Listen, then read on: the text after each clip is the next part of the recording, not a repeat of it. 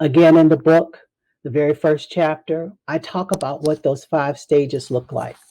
And so I'm going to be real quick and brief, and I want to let you know I'm going to pull a lot of some of this material. There's some excerpts from the book, and I just want to share them with you.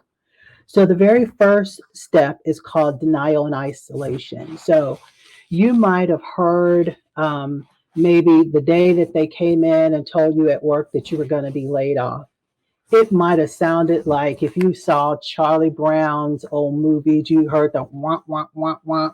You knew somebody was saying something, but you really don't know what they said because for a minute you kind of almost had an out of body experience because it was a tragedy, right? It was tragic that something just happened to you. The isolation could be that you took that and you went and retreated to yourself, right? You're just kind of in disbelief and really just don't know where to go and what to do from here.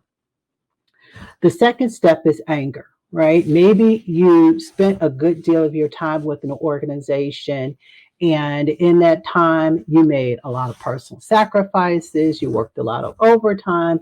You sacrificed your personal time. So now you start to reflect on those things. Then the third step might be bargaining.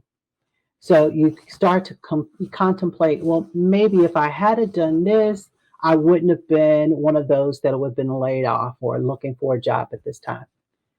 In this particular state of the world, it probably would not have mattered. At this point, it's all a business decision. Just know that. Step number 4 is depression. It's real. Every day, you have to figure out how to put one foot in front of the other in this COVID-19 job search.